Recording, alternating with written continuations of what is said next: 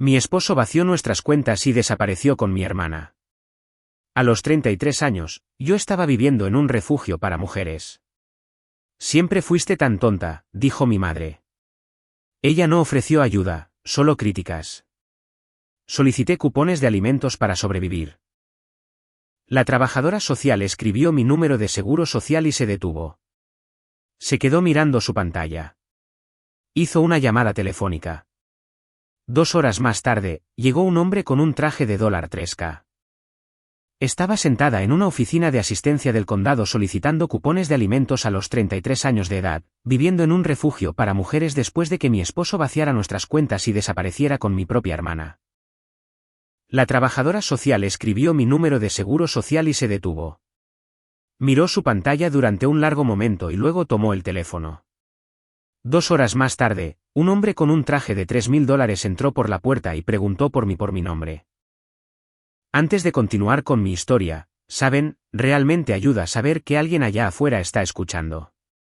Por lo tanto, si esto está resonando con ustedes de alguna manera o si simplemente captó su atención, por favor háganmelo saber en los comentarios. Díganme desde dónde están mirando o simplemente saluden. Hay algo increíblemente reconfortante en saber que no estoy sola en esto. Muchas gracias. Ahora, volvamos a la historia. La primera vez que encontré su pendiente en nuestra cama, me dije a mí misma que debía ser mío.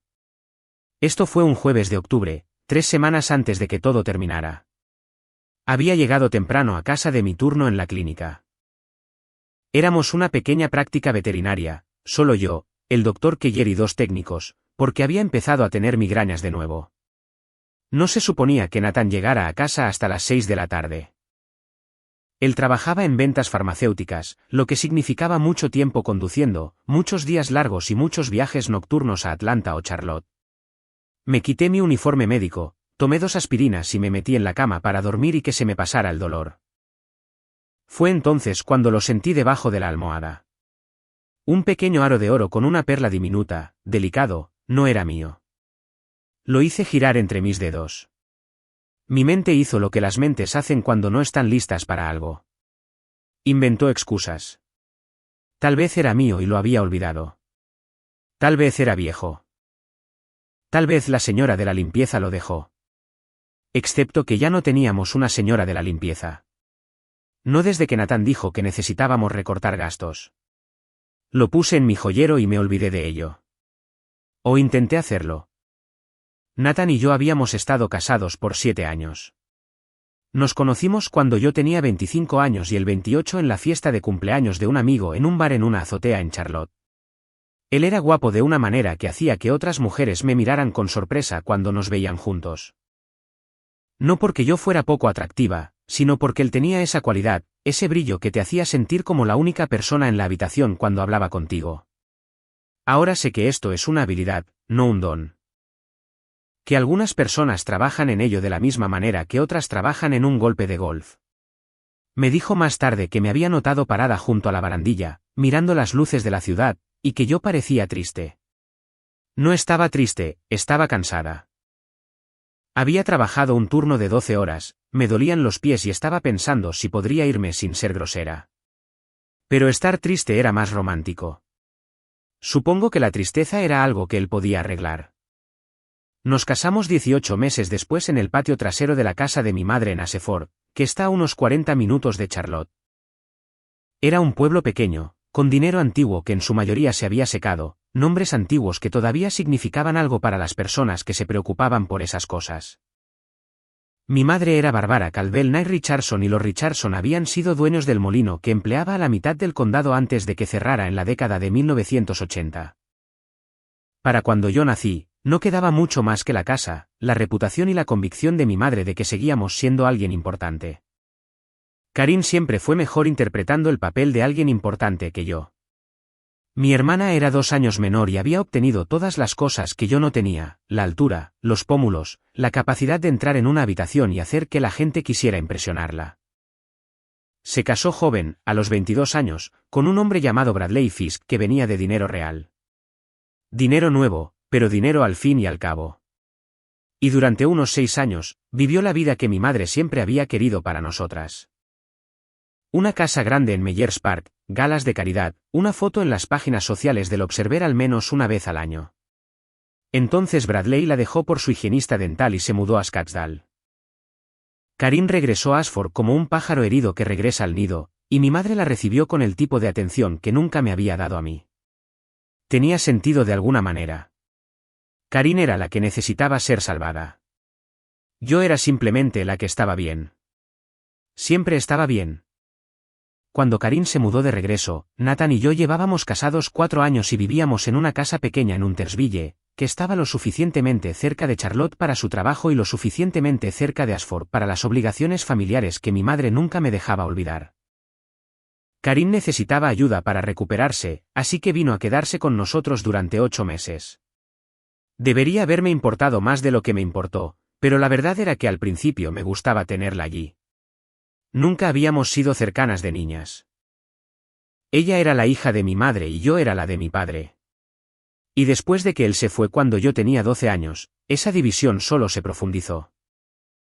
Pero en esas primeras semanas, con Karin durmiendo en nuestra habitación de invitados, llorando en nuestro sofá y bebiendo vino conmigo mientras Nathan estaba de viaje, pensé que tal vez finalmente nos estábamos convirtiendo en hermanas. Consiguió un trabajo en una agencia de bienes raíces. Empezó a tener citas de nuevo. Encontró un apartamento en Charlotte cerca del Southend y se mudó justo antes de Navidad.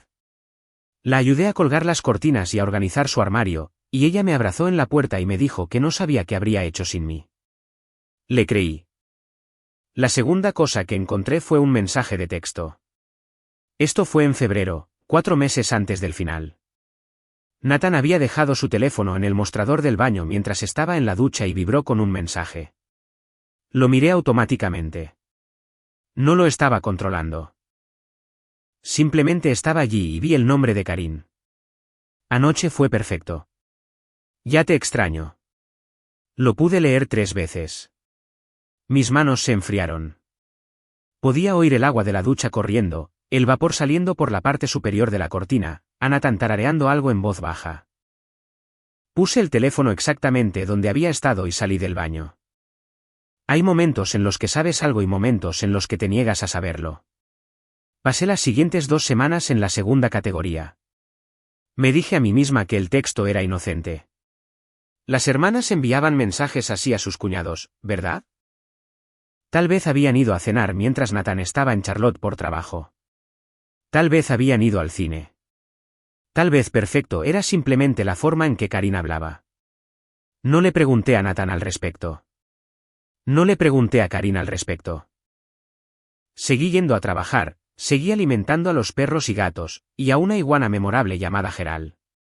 Seguí regresando a casa, cocinando la cena y acostándome junto a mi esposo en la oscuridad. Pero empecé a prestar atención. Los viajes de trabajo de Nathan se hicieron más largos. Su teléfono siempre estaba boca abajo sobre la mesa. Cuando le preguntaba sobre su día, respondía con resúmenes. Bien, ocupado. Ya sabes cómo es. En lugar de historias, solía contarme historias. Solía hacer imitaciones de los médicos a los que visitaba, haciéndome reír hasta que me dolía el estómago. Noté que había dejado de tocarme casualmente.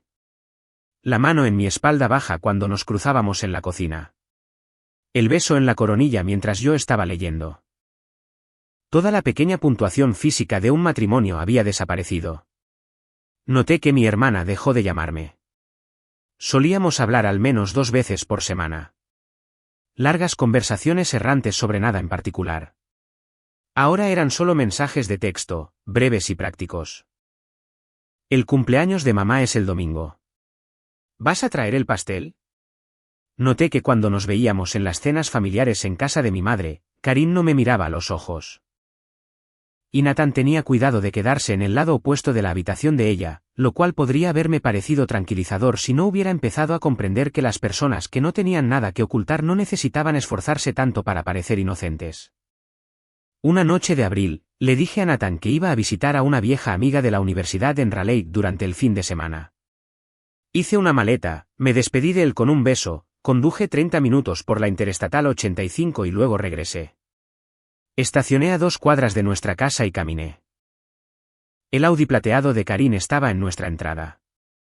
Me senté en el césped de los vecinos, oculta por su seto de buey, y esperé. No sé por qué no simplemente entré. Podría haberlos confrontado. Podría haber gritado, lanzado cosas, causado una escena que todo el vecindario recordaría. En cambio, me senté en la hierba mojada, sintiendo la humedad empapar mis jeans, y esperé a ver qué pasaba. Una hora más tarde, salieron juntos por la puerta principal. El brazo de Nathan estaba alrededor de su cintura.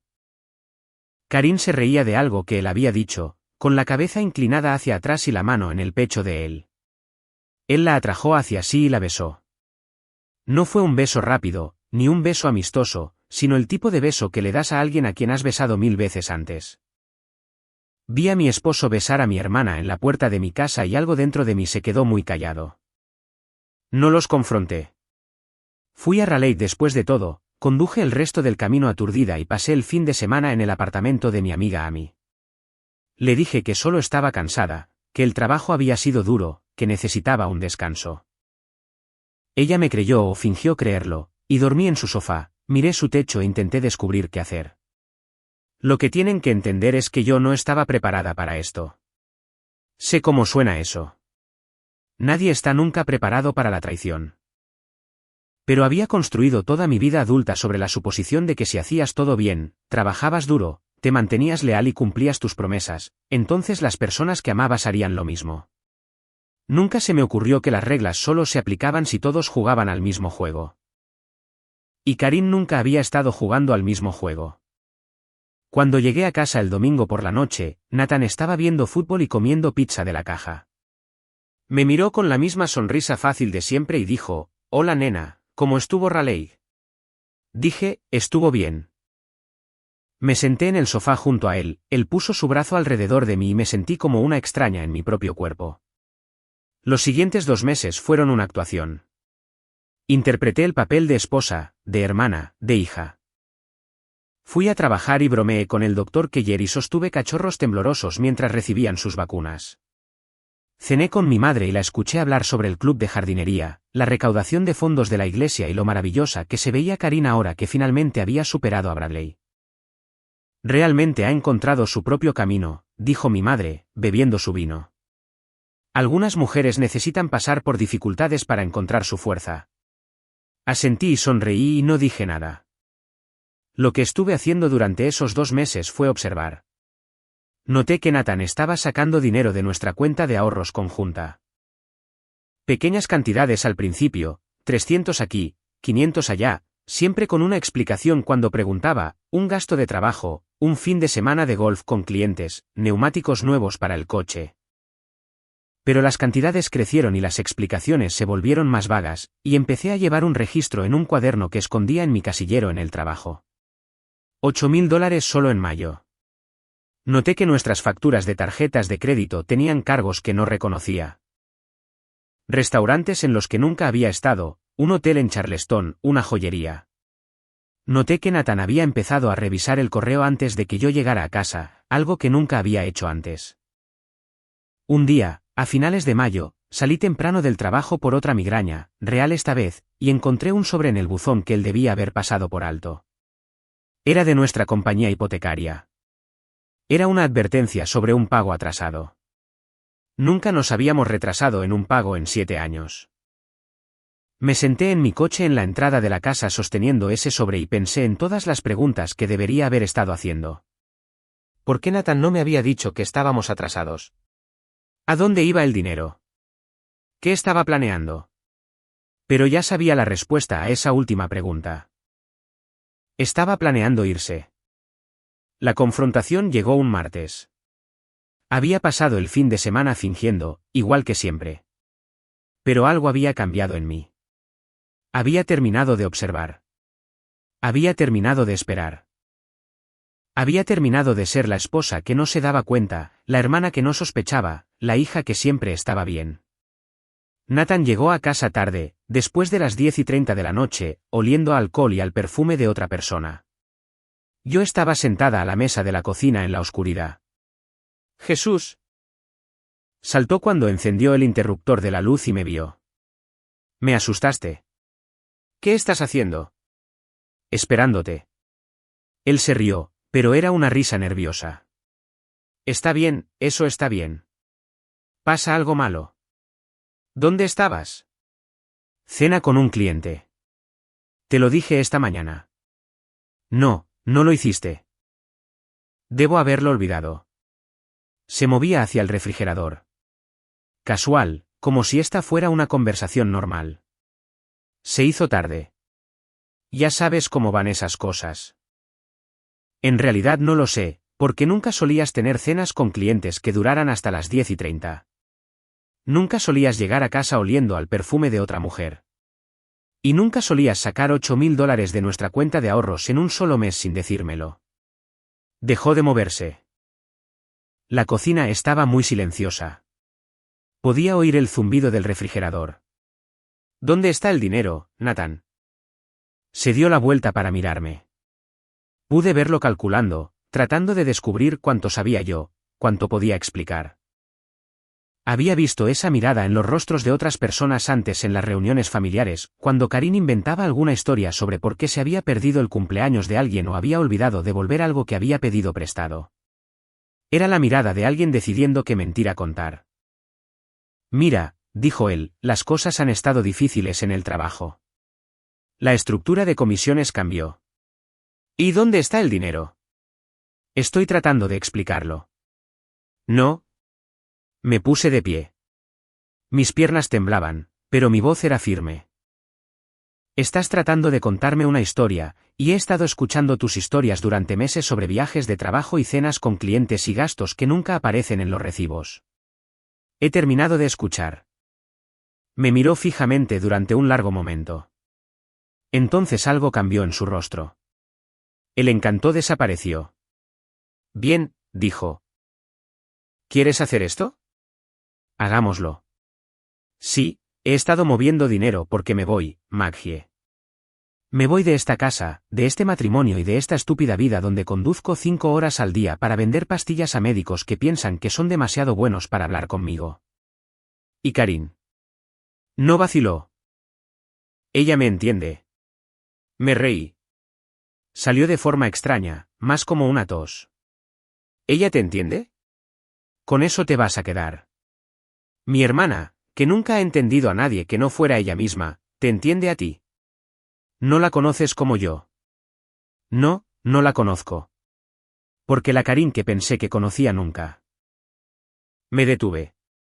Porque la Karin que pensé que conocía nunca había existido. Siempre había sido esto.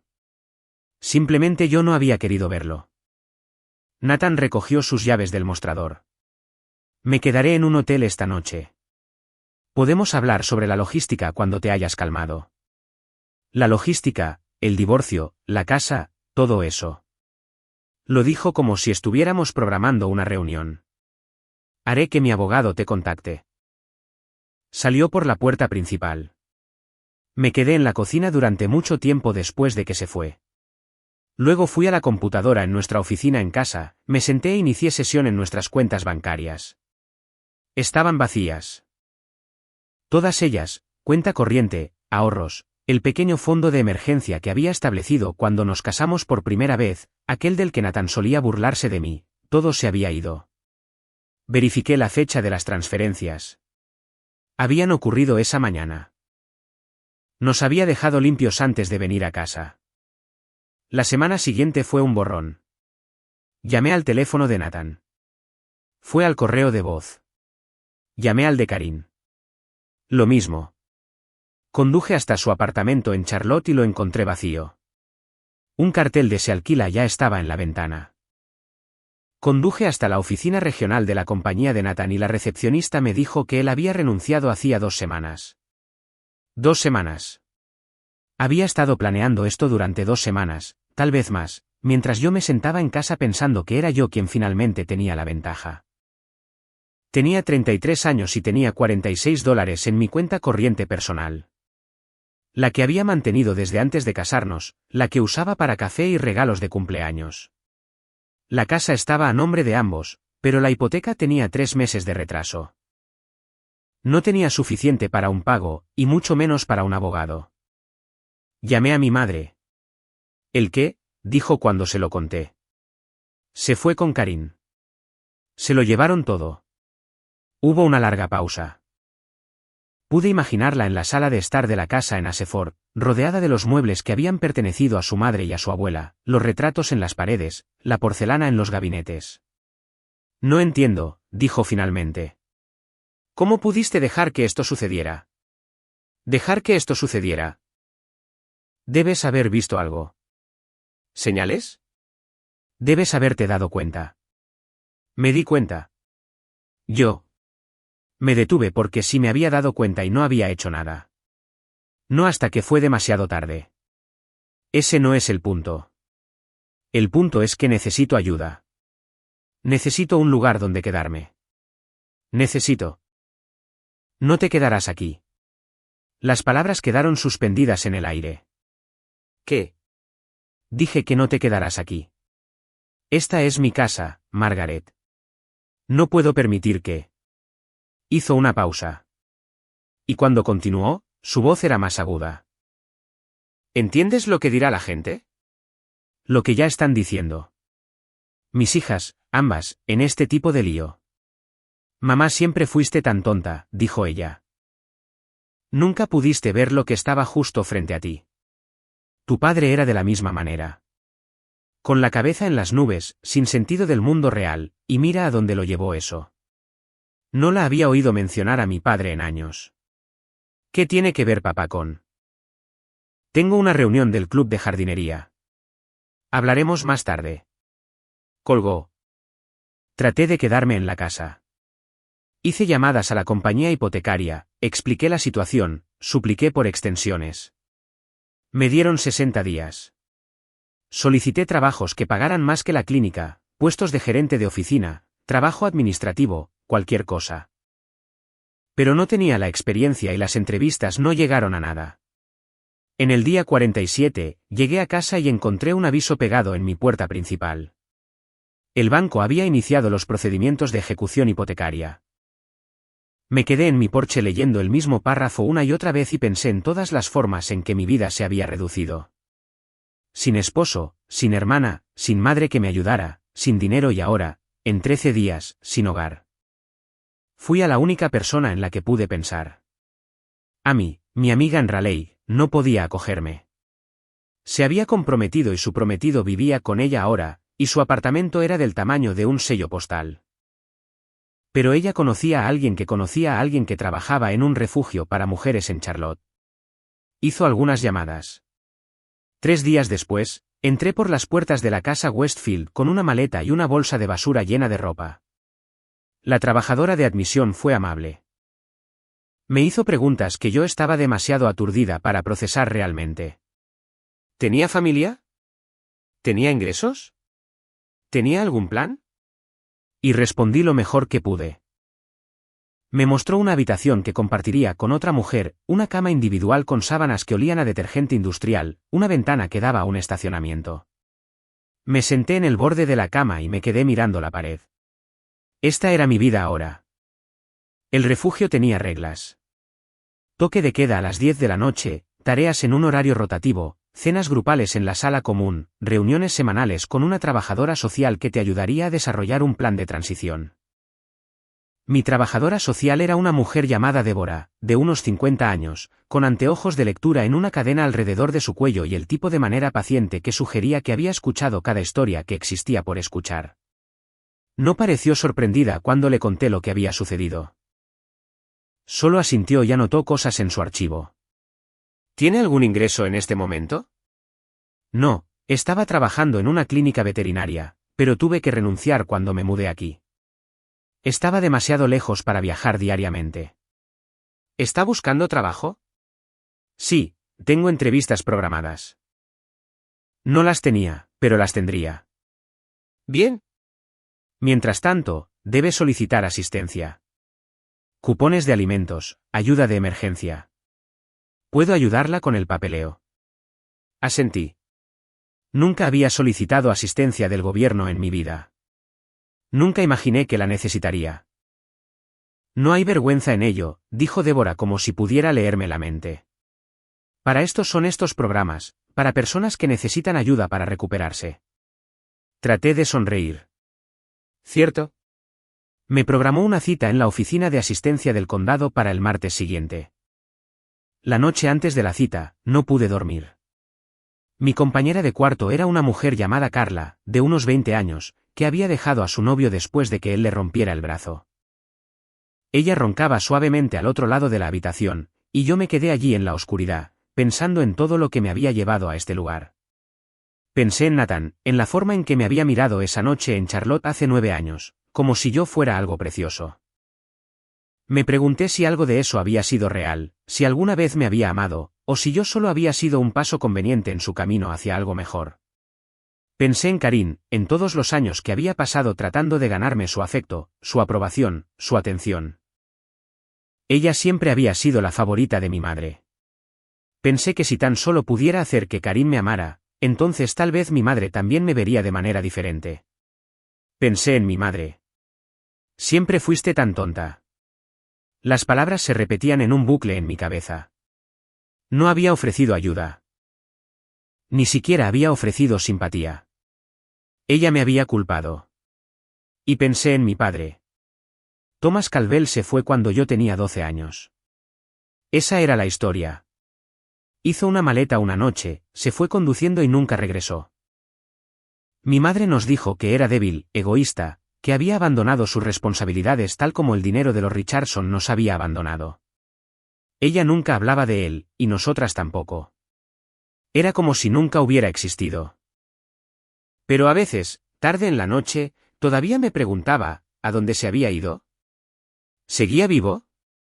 ¿Alguna vez pensó en mí? Me quedé dormida en algún momento después de las 3 de la mañana y soñé con él conduciendo por calles vacías buscando algo que no podía encontrar.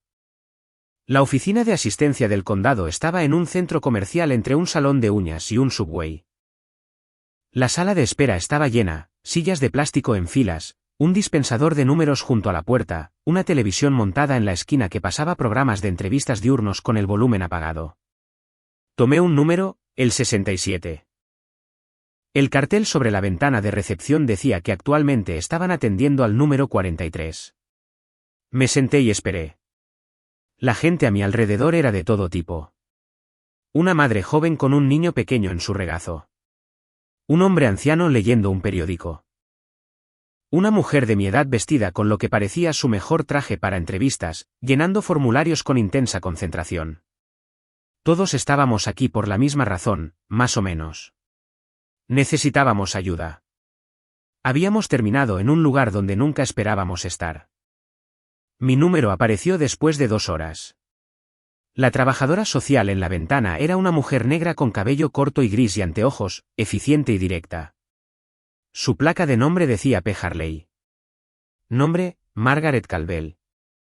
Estaba casada, por lo que algunos documentos podrían tenerme como. Número de seguro social. Lo recité de memoria. Ella lo escribió en su computadora, con los ojos en la pantalla. Entonces se detuvo. Sus dedos se congelaron sobre el teclado.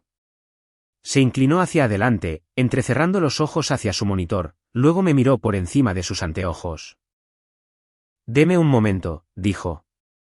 Se puso de pie y caminó hacia una oficina trasera. Pude verla a través de la partición de vidrio hablando con un supervisor. Ambos miraban una pantalla de computadora. El supervisor tomó un teléfono. Me senté allí, con el corazón empezando a latir con fuerza, preguntándome si había hecho algo malo. Si había una orden de arresto contra mí de alguna manera, alguna deuda que Nathan hubiera dejado a mi nombre, algún crimen que yo no conociera. Pasaron 20 minutos, luego 1 hora. El supervisor salió y llamó mi nombre. Me llevó a una habitación privada, un pequeño espacio de conferencias con una mesa y 4 sillas, y me pidió que esperara. Alguien estaría conmigo en breve. Esperé. Después de otra hora, la puerta se abrió. Un hombre entró. Tenía unos 60 años, tal vez, y vestía un traje gris que probablemente costaba más de 2 meses de mi último salario. Tenía cabello blanco y una cara como cuero curtido, amable pero serio. Llevaba un maletín. Señorita Calvel, dijo. Mi nombre es George Whitmore. Soy abogado. Me puse de pie, Mi silla raspó contra el linóleo. No entiendo qué está pasando. Dejó su maletín sobre la mesa y me miró durante un largo momento. Señorita Calvel, he estado tratando de encontrarla durante 3 años, desde que falleció su padre. Me volví a sentar. Whitmore tomó la silla frente a mí, cruzando las manos sobre la mesa. Me disculpo por las circunstancias de esta reunión. No es como imaginé este momento. Sacudió la cabeza ligeramente. Su padre dejó instrucciones para localizarla, pero usted no estaba en su última dirección conocida. Sus números de teléfono estaban desconectados y su nombre cambió cuando se casó. Contratamos investigadores.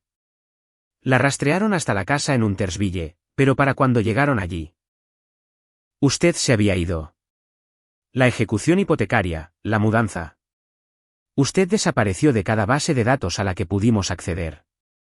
Cuando su número de seguro social pasó por el sistema de asistencia estatal hace un momento, se marcó con la firma que contratamos. Me llamaron de inmediato. Mi padre se ha ido desde hace 20 años. ¿Ido? Sí. ¿Muerto? No. Metió la mano en su maletín y sacó una carpeta. Thomas Calvel murió hace 3 años en San Diego. Había estado viviendo allí desde 2005. No podía procesar lo que estaba diciendo. Mi padre había estado vivo todos esos años, viviendo en San Diego, a 3.000 millas de distancia, mientras yo crecía pensando que nos había abandonado. Yo no, me detuve y comencé de nuevo. ¿Por qué no nos contactó? Lo intentó durante años. Whitmore abrió la carpeta y extendió papeles sobre la mesa. Cartas, docenas de ellas. Estas son copias. Los originales están en nuestros archivos. Cartas que les escribió a usted y a su hermana a partir de 2004. Tarjetas de cumpleaños, tarjetas de Navidad. Todas ellas devueltas sin abrir. Miré la caligrafía. Era familiar.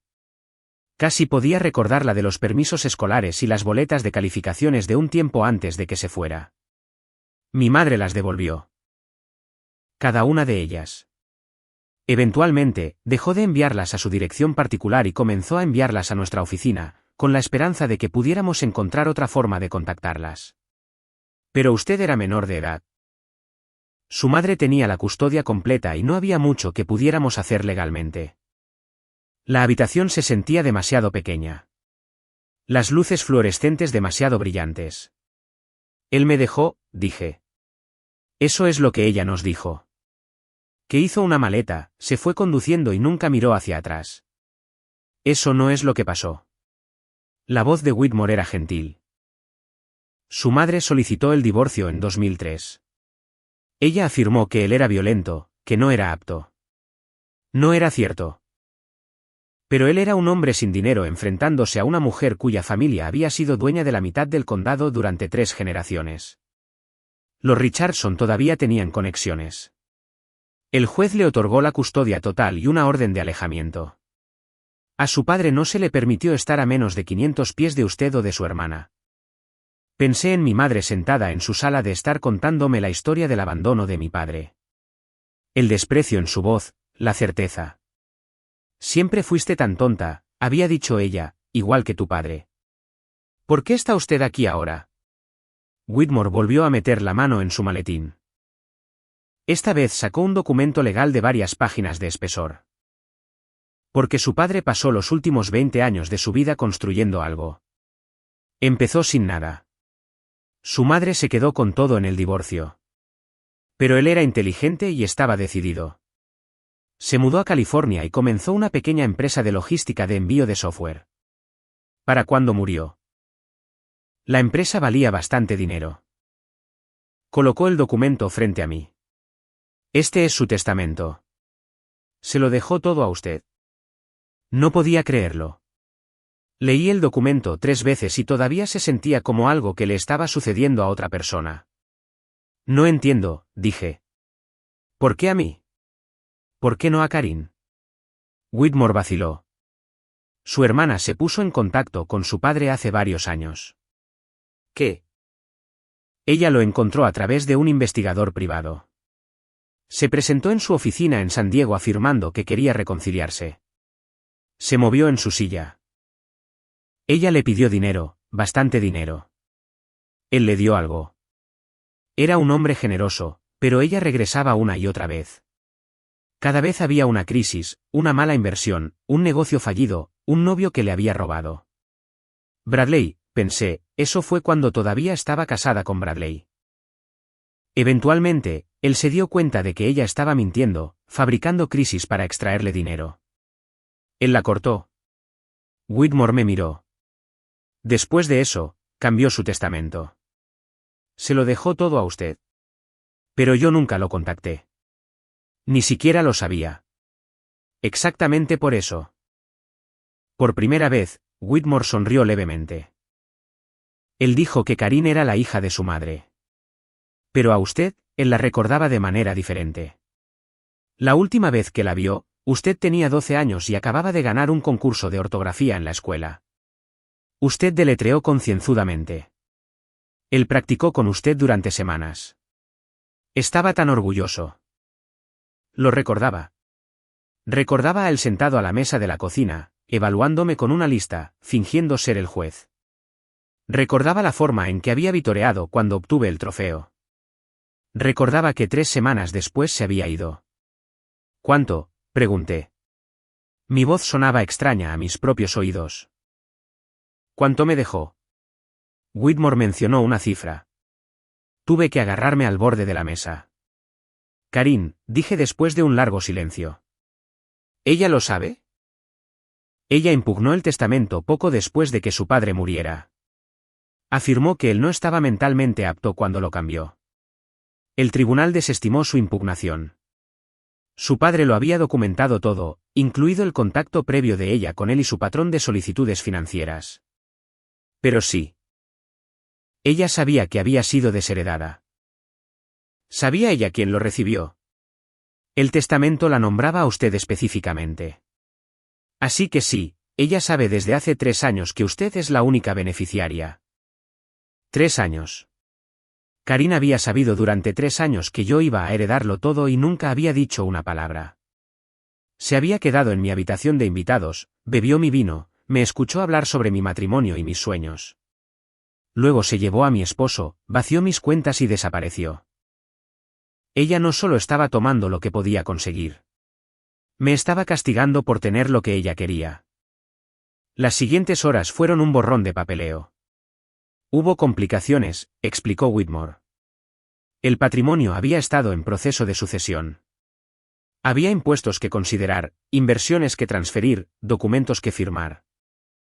Tomaría tiempo, semanas, tal vez meses antes de que yo tuviera acceso a la cantidad total. Pero mientras tanto, él podía adelantarme lo suficiente para salir del refugio, encontrar un apartamento y empezar a reconstruir. Su padre quería que usted tuviera una vida, dijo. Ese era todo el punto. No una ganancia inesperada que desaparecería en unos pocos años, sino estabilidad real, seguridad real. Firmé los papeles aturdida. Whitmore me dio su tarjeta, me dijo que su oficina estaría en contacto y me estrechó la mano. Una cosa más, dijo en la puerta. Su padre guardó una carta para usted. La escribió aproximadamente un año antes de morir, cuando le diagnosticaron por primera vez. Me pidió que se la entregara personalmente una vez que la encontráramos. Me entregó un sobre amarillento por el tiempo. Mi nombre estaba escrito en el frente con esa caligrafía familiar. Margaret. No Maggie como todos los demás me llamaban. Margaret, como siempre me había llamado cuando hablaba en serio. Sostuve el sobre con ambas manos y no lo abrí. No todavía. No aquí. Gracias, dije. No sé qué más decir. Diga que lo usará bien, dijo Whitmore, eso es lo que él habría querido. Regresé al refugio esa noche.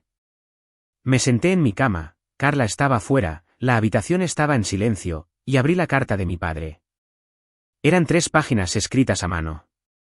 Me contó sobre su vida después de irse, los años de lucha, la soledad, el lento ascenso de regreso a algo parecido al éxito. Me contó sobre la empresa, cómo empezó en un garaje y creció hasta convertirse en algo real. Me dijo que había pensado en mí todos los días, que intentó todo lo que pudo para contactarme, que perdernos a mí y a Karin fue el mayor arrepentimiento de su vida. Sé que tu madre te contó una historia diferente, escribió. No te pediré que la odies por ello. Esa no es quien eres. Pero quiero que sepas la verdad, incluso si llega demasiado tarde. Nunca elegí irme. Me habría quedado para siempre si hubiera podido. Cada día que no estuve allí, estuve pensando en ti. Cada éxito que tuve. Deseé que pudieras verlo. Espero que algún día encuentres esta carta y lo entiendas. Eres mi persona favorita en el mundo, Maggie. Todavía lo eres. Te amo, papá. Leí la carta 4 veces. Luego la doblé con cuidado y la puse en mi maleta, en el bolsillo con la fotografía que había guardado de él todos estos años, la única que mi madre no había tirado. Él sosteniéndome en mi tercera fiesta de cumpleaños. Ambos riéndonos de algo que yo no podía recordar. Por primera vez en meses, lloré. El dinero tardó 8 semanas en transferirse por completo. Mientras tanto, la oficina de Whitmore organizó un adelanto, lo suficiente para alquilar un apartamento, comprar muebles y reemplazar la ropa que había dejado atrás cuando huí de la casa ejecutada. Encontré un lugar en Durham, no lejos de la universidad, un apartamento de una habitación con buena luz y vecinos que se ocupaban de sus propios asuntos. Conseguí un trabajo en una clínica veterinaria, diferente al anterior, pero lo suficientemente cerca. El doctor Patel, que era el dueño, era paciente y amable y no hizo preguntas sobre por qué una mujer de 33 años estaba empezando de nuevo con casi nada en su currículum. No le conté a nadie sobre la herencia. Todavía no. La primera persona que me contactó fue mi madre. Llamó un domingo, 4 semanas después de que yo dejara el refugio. Dejé que fuera al correo de voz. Llamó de nuevo al día siguiente y al siguiente. Finalmente, respondí. ¿Dónde has estado?, exigió ella. He estado tratando de contactarte durante semanas. Me mudé. ¿Mudado a dónde? ¿Por qué no me lo dijiste? Dijiste que no podía quedarme contigo, así que busqué otra solución. Hubo una pausa. Cuando volvió a hablar, su voz era diferente, casi más suave. Maggie, he estado preocupada por ti. Fui dura por teléfono aquel día. Lo sé. Fue el impacto de todo. No quise decir lo que dije. Dijiste que yo era tonta. Dijiste que yo era como papá. Estaba alterada. Karin acababa de... Se detuvo a sí misma. Mira, ven a casa. Podemos hablar de esto adecuadamente. No deberías estar sola en este momento. No estoy sola. ¿Qué significa eso? ¿Hay alguien? Significa que estoy bien, mamá, que es más de lo que te molestaste en verificar durante los últimos 2 meses. Eso no es justo. No lo es. Silencio en la línea. Pude imaginarla en la sala de estar rodeada de todas esas antigüedades de los Richardson tratando de descubrir cómo girar esta conversación a su favor. ¿Qué quieres que diga, Margaret? No quiero que digas nada. Quiero que me digas por qué mentiste sobre papá. El silencio se alargó más esta vez. No sé de qué estás hablando. ¿En serio? Porque un abogado llamado George Whitmore dice lo contrario. Dice que papá no nos dejó. Dice que tú tomaste la custodia completa y obtuviste una orden de alejamiento. Dice que papá pasó 20 años tratando de contactarnos y tú devolviste cada carta.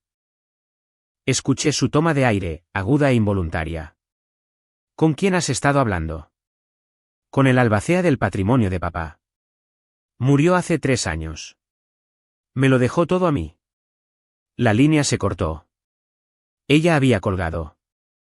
Karin llamó 2 días después. No respondí, pero dejó un mensaje de voz. Su voz era la misma de siempre, ligera y musical, como si te estuviera haciendo un favor al hablarte. Maggie. Hola, soy yo.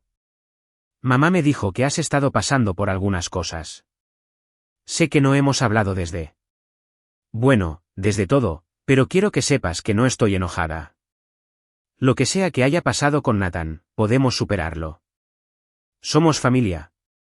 Devuélveme la llamada, ¿de acuerdo? Quiero ayudar. Reproduje el mensaje 3 veces.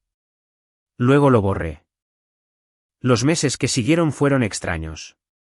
Fui a trabajar. Regresé a casa.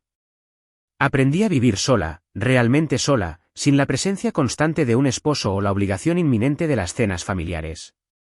Leí libros para los que nunca había tenido tiempo. Adopté un gato de la clínica, un atigrado llamado Walter, que había sido entregado cuando su dueño se mudó al extranjero. Dormía a los pies de mi cama, tiraba cosas de los mostradores y hacía que el apartamento se sintiera menos vacío. Pensé en qué hacer con el dinero. El testamento de mi padre incluía instrucciones. Él quería que yo invirtiera la mayor parte, viviera de los rendimientos y construyera algo sostenible. Whitmore me conectó con un asesor financiero que se especializaba en este tipo de cosas, y asistí a reuniones sobre carteras, diversificación y estrategias fiscales hasta que mi cabeza dio vueltas. Estaba aprendiendo un idioma que nunca me habían enseñado. Pero también quería algo ahora, algo concreto, algo que significara que nunca volvería a ese refugio, a esa sensación de no tener nada ni a nadie en quien apoyarme. Compré una casa. Era pequeña, un bungalow de estilo artesano en un vecindario tranquilo en las afueras de Durham, pero era mía. La escritura estaba solo a mi nombre. La hipoteca estaba pagada en su totalidad. Nadie podía quitármela. Nadie podía drenar su valor mientras yo dormía. Me mudé un sábado a finales de noviembre. Pasé todo el fin de semana desempacando cajas, arreglando muebles y colgando cuadros en paredes que me pertenecían. Mi madre apareció en febrero. Llegué a casa del trabajo y encontré su coche en mi entrada, el mismo Mercedes plateado que había conducido durante 15 años. Estaba de pie en mi porche, con los brazos cruzados, mirando mi casa. Así que aquí es donde te has estado escondiendo, dijo. Abrí la puerta principal, pero no la invité a pasar. ¿Cómo me encontraste? No fue difícil. Tu clínica aparece en internet. Le pregunté a la recepcionista. Tendría que hablar con el doctor Patel sobre eso. ¿De qué quieres hablar? Miró más allá de mí hacia el interior de la casa. ¿Puedo pasar? Pensé en decir que no, pero había estado esperando esta conversación durante meses. Está bien. Caminó más allá de mí hacia la sala de estar, mirando los muebles, las fotografías, el gato observándola desde su lugar en el alféizar de la ventana. Vi cómo hacía un inventario mental. ¿Te ha ido bien?, dijo, considerando. ¿Considerando qué? Considerando que no tenías nada hace 6 meses. ¿De dónde salió esto, Maggie? ¿Conociste a alguien? Hay mucho que no sabes. Se sentó en el sofá sin ser invitada. Yo me quedé de pie. Fuiste muy cruel por teléfono, dijo ella, acusándome de mentir sobre tu padre. Después de todo lo que hice para protegerte de él. ¿Protegerme de qué? ¿De la verdad? ¿De quién era él realmente? Sacudió la cabeza. Tu padre era un hombre débil, Maggie. No podía manejar la responsabilidad. No podía mantener a su familia. Cuando las cosas se pusieron difíciles, huyó. Eso no fue lo que pasó. Tú no estuviste allí. No lo sabes. He visto las cartas, las que él envió, las que tú devolviste. Observé su rostro, buscando algo, vergüenza tal vez, o arrepentimiento. No encontré nada de eso. He hablado con su abogado. Sé sobre la batalla por la custodia. Sé sobre la orden de alejamiento. Sé que nos alejaste de él durante 20 años. Se quedó callada por un largo momento. Luego se puso de pie, alisándose la falda. Hice lo que tenía que hacer. Tu padre era peligroso. No, no lo era. El abogado me mostró los registros judiciales. No había evidencia de violencia. Sin informes policiales, sin testigos.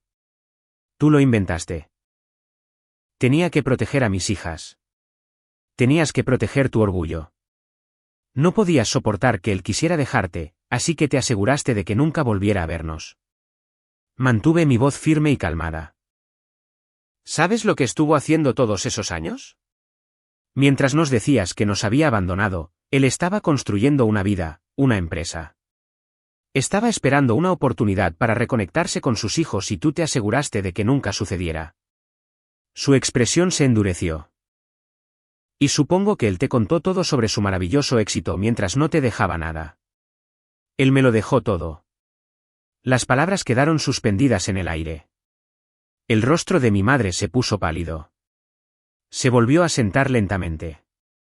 ¿Qué? Todo, su empresa, sus inversiones, todo. No le dejó nada a Karin. Eso es imposible. Karin dijo. Karin mintió, como siempre lo hace. Me senté en la silla frente a ella. Ella encontró a papá hace años. Se presentó pidiendo dinero y él le dio un poco porque así era él. Y luego ella siguió regresando, inventando crisis tras crisis, tomando todo lo que podía hasta que finalmente él se dio cuenta y la cortó. La mandíbula de mi madre se tensó. Si eso es cierto. Es cierto. Todo está en los registros judiciales de cuando ella intentó impugnar el testamento. Me incliné hacia adelante. ¿Sabías tú cuando Karin lo estaba desangrando financieramente? ¿Sabías lo que estaba haciendo? Yo no. ¿La ayudaste a encontrarlo? ¿Cómo te atreves? Porque ella sabía sobre la herencia hace 3 años. Sabía que yo era la beneficiaria. Y aún así se mudó a mi habitación de invitados. Aún así se llevó a mi esposo. Aún así vació mis cuentas bancarias. Hice una pausa. Ella estaba tratando de lastimarme porque yo obtuve lo que ella quería. El rostro de mi madre era una máscara. Quiero que te vayas, dije. Margaret. Ahora. Se levantó, recogió su bolso y caminó hacia la puerta. Luego se dio la vuelta y, por un momento, vi algo parpadear en sus ojos. La mirada de alguien que había sido superada y no sabía cómo. Esto no ha terminado, dijo ella. Sí, ¿lo está? Cerré la puerta. 6 meses después, supe lo que le pasó a Nathan. No estaba buscando la información. Había hecho todo lo posible por cortar el contacto con cualquier persona que pudiera hablarme de él o de Karin. Pero Amy, mi amiga de Raleigh, me llamó una tarde con noticias. ¿Recuerdas a Bradley, el primer marido de ella? ¿Qué pasa con él? Los está demandando a ambos, a Nathan y a Karin, por fraude. Aparentemente, le pidieron prestada una cantidad enorme de dinero justo después de que se fueron de Carolina del Norte, algún esquema de inversión, algo sobre criptomonedas.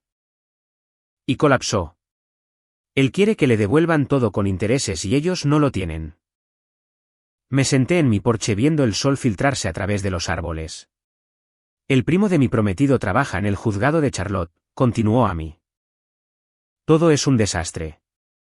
Nathan intentó huir de nuevo. Compró un boleto de avión a Costa Rica, pero los abogados de Bradley consiguieron una congelación de su pasaporte. Está atrapado. ¿Y Karin? Hizo una pausa. Karin ha estado viviendo en un motel junto a la Interestatal 77 durante los últimos 2 meses. Tarjetas de crédito al límite. Ni siquiera puede pagar un abogado. Bien. Amy se quedó callada un momento. Pensé que querría saberlo. Lo quería, gracias. Colgué y me quedé sentada allí un rato pensando. Nathan, que había encantado su camino a través de la vida, atrapado en un país del que intentaba huir. Karin, que había pasado toda su vida persiguiendo el dinero de otras personas, finalmente quedándose sin personas a quienes quitarles. Esperé sentir algo, triunfo, tal vez satisfacción. Lo que sentí fue cansancio, pero también debajo de eso, algo más. Algo que se sentía como si el suelo finalmente fuera sólido bajo mis pies. La primavera siguiente, Karin me encontró. Llegué a casa del trabajo y vi un coche de alquiler en mi entrada. Ella estaba apoyada en él, con los brazos cruzados, mirando mi casa.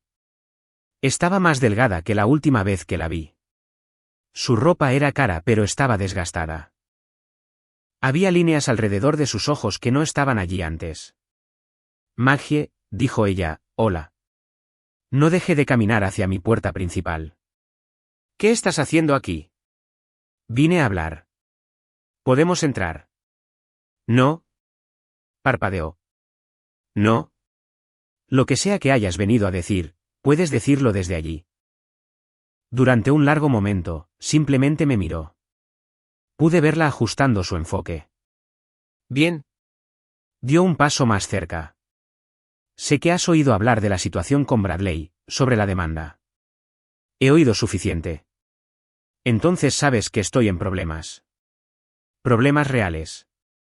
Su voz bajó, más suave, suplicante. Cometí errores, Maggie. Lo sé. Pero nunca quise que nada de esto sucediera. Nathan. Él me manipuló igual que te manipuló a ti. Yo también fui una víctima. Casi me río. Tú fuiste una víctima. Es verdad. Él vio lo vulnerable que estaba después de que Bradley se fue. ¿Y él? Detente. Levanté mi mano. No voy a hacer esto. ¿Hacer qué? El discurso. La disculpa llorosa donde explicas cómo todo fue culpa de otra persona. Te he visto hacer esto con todos en tu vida. Se lo hiciste a Bradley. Se lo hiciste a papá durante años. Su rostro se quedó inmóvil. Tú no sabes nada sobre eso. Lo sé todo. He leído sus cartas, todas ellas. He hablado con su abogado. Di un paso hacia ella. Sé que te presentaste con una nueva crisis cada pocos meses hasta que finalmente él te cortó. Sé que por eso fuiste tras Nathan. Sabías lo del testamento. Sabías que la herencia venía para mí. Y pensaste que si no podías tener el dinero, al menos te asegurarías de que yo no pudiera disfrutarlo. Eso no es. Y cuando te diste cuenta de que yo lo recibiría de todos modos, tomaste lo que pudiste y huiste, pensando que sería suficiente. Sacudí la cabeza. Pero nunca es suficiente, ¿verdad? Porque no sabes cómo construir nada, Karin. Solo sabes cómo quitar. Ella estaba llorando ahora o intentando llorar. Sus ojos permanecieron secos. Maggie, por favor. No tengo nada. Nathan se ha ido. El dinero se ha ido. Los abogados de Bradley van a destruirme. Solo necesito un poco de ayuda. Solo lo suficiente para recuperarme. Como tú me ayudaste cuando yo no tenía nada. Eso fue diferente. ¿Cómo? ¿Cómo fue diferente? Sentí mi corazón latiendo con fuerza, pero mantuve mi voz firme.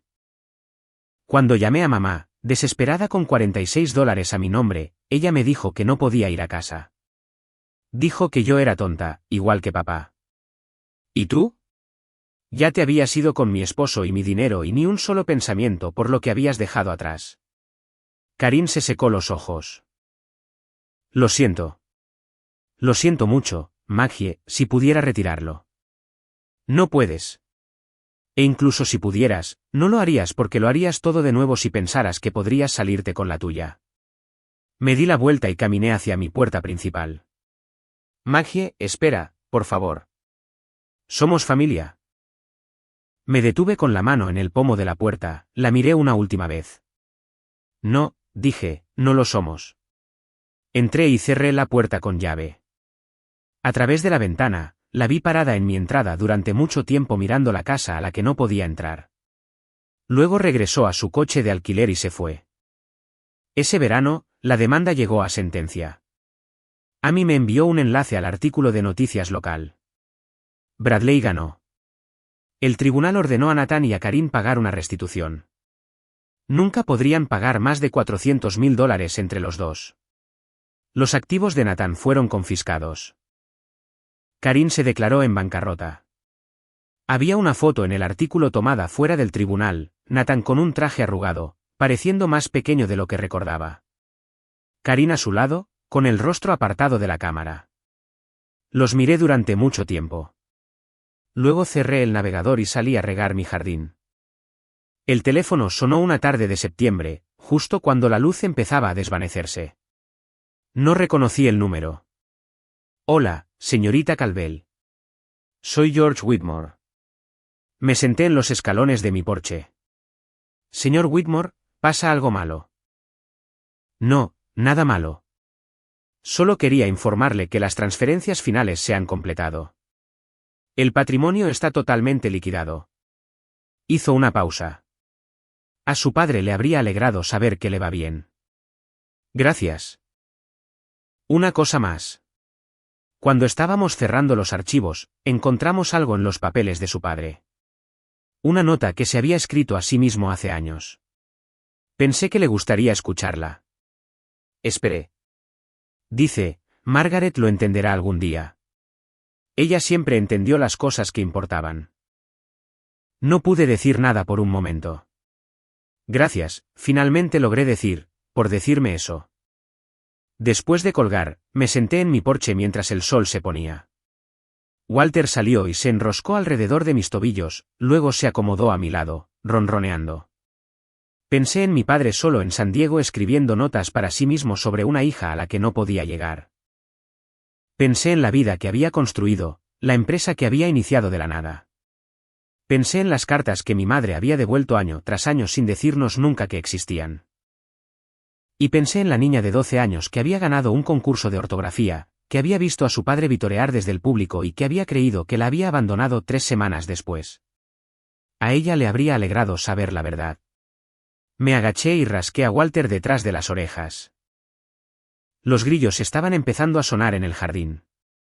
En algún lugar de la calle, el aspersor de un vecino se encendió. Me levanté y entré a preparar la cena.